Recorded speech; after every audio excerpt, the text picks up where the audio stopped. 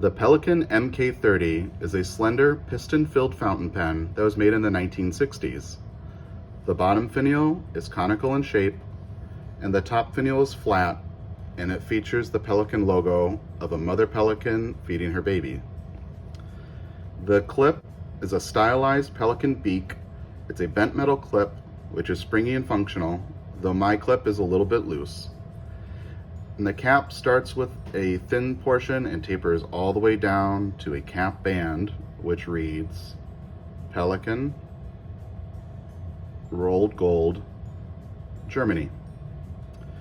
The cap is a pull-off cap, which reveals a semi-hooded 14-karat gold nib that is also a stylized Pelican beak. And on the back, we have a plastic feed with a hole that's an inlet to bring ink into the barrel. The section is long and has a gradual taper all the way back to a metal band, followed by a blue tinted ink window, and then a slight step up to the barrel, which has a gradual taper all the way down to the piston knob, which is pretty well concealed.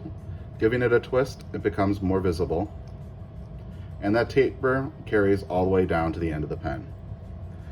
In the hand, the pen is lightweight and very well balanced, suitable for long writing sessions, and the cap posts extremely deeply and securely. It doesn't backweight the pen at all or add much to the length of the pen. It's a very well posting cap.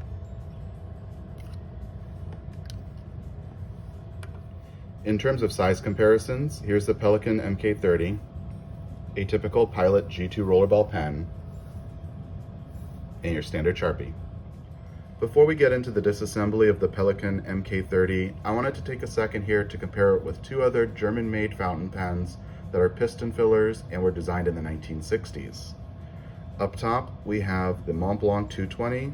Like the Pelican, this one has gold trim and it was only produced in the 1960s. And down below, we have the Lamy 2000. The Lamy 2000 was also designed in the 1960s, but unlike the other two, its production has carried on to today.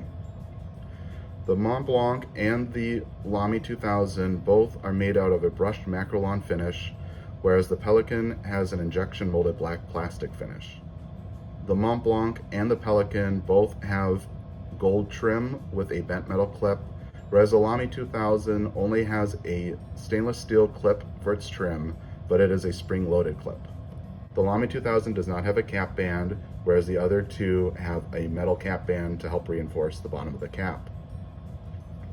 All three pens, as I mentioned, are piston fillers, and the overall lengths are quite similar, though the Lamy 2000 is a bit longer and wider than the other two.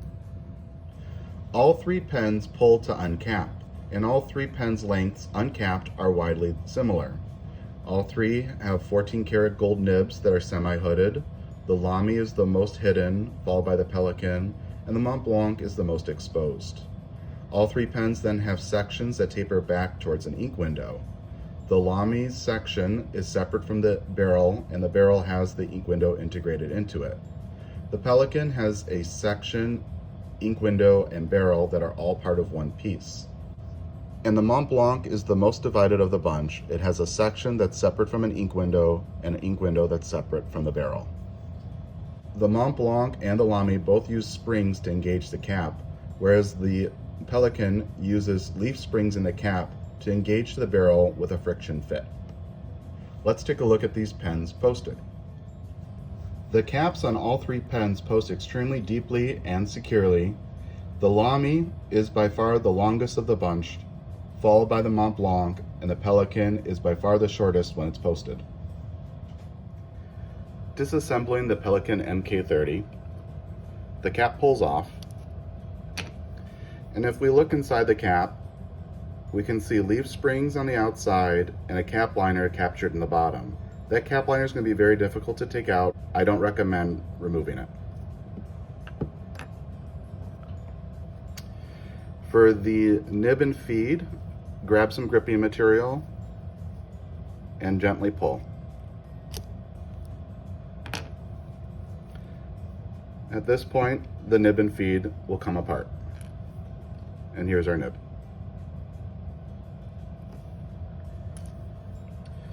To remove the piston unit, We're going to unscrew the back.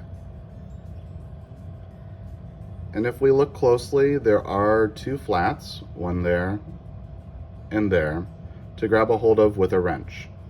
I don't have a tool to disassemble this, so I made one with an old gift card. If you cut a slit that's the same width as those two flats, you can insert the card onto those,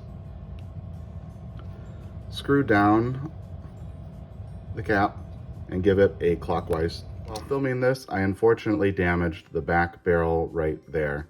So I'm not going to disassemble this one any further. Lesson learned, be careful with this unit. So for now, this pen is fully disassembled. To reassemble, we'll line up the nib and feed.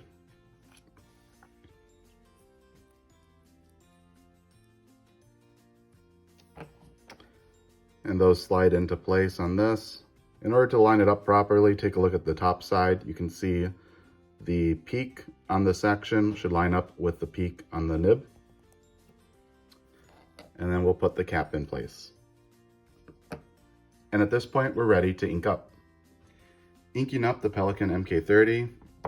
Today I selected Waterman Serenity Blue, which is a nice performing blue ink that's safe to use on vintage pens. Cap pulls off. We're going to extend the piston all the way down, submerge the nib into ink, and screw up the piston. In order to get a full fill, I'm going to extend the piston back down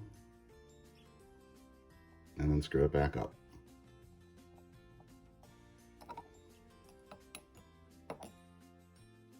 At this point, the ink window is completely opaque, which tells me I have a good full fill.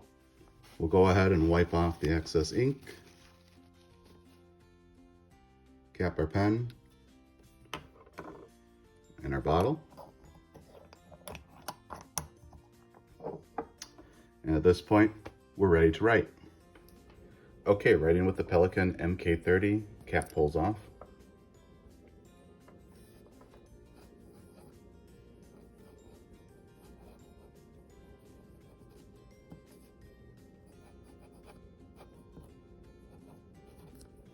And our nib is a 14 karat extra fine.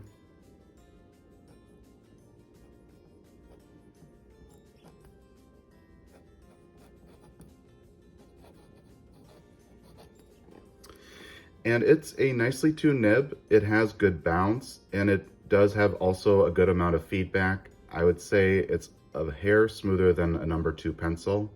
So somewhat similar to maybe a Sailor in today's modern pen market, although a bit more bounce than your typical Sailor nib. Our ink is Waterman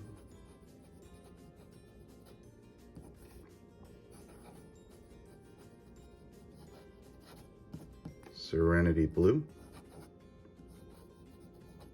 For flex, I'll turn the page.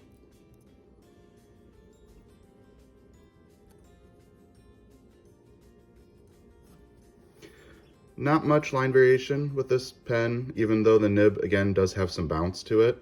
If you push it, you get maybe a little bit, but it's mostly pushing out extra ink. And for reverse writing,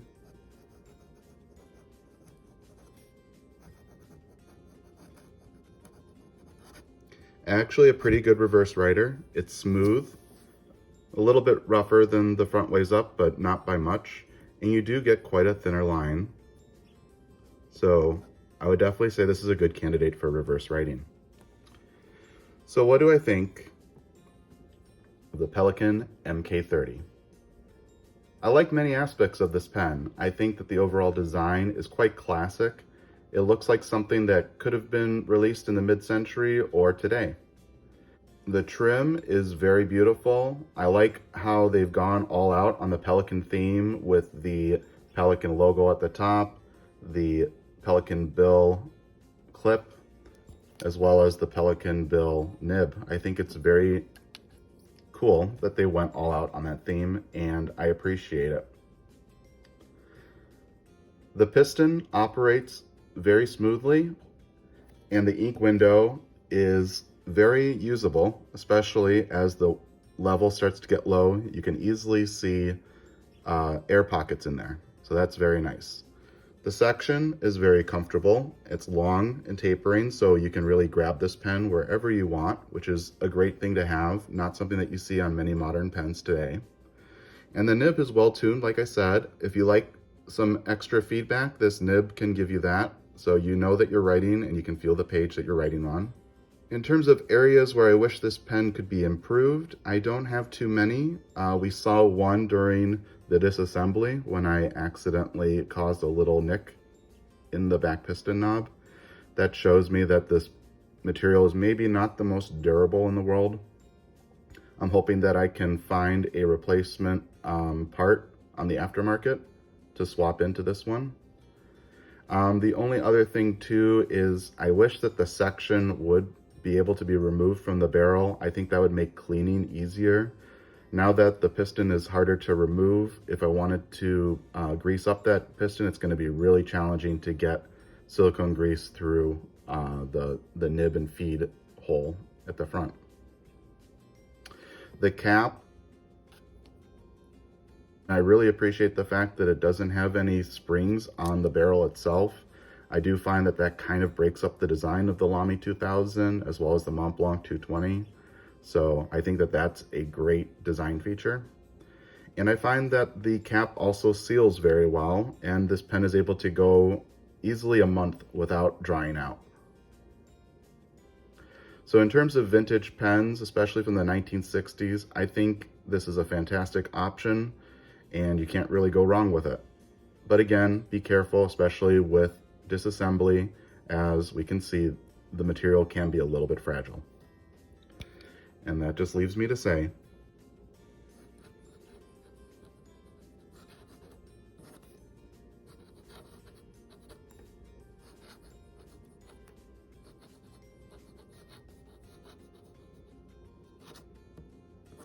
thank you for watching.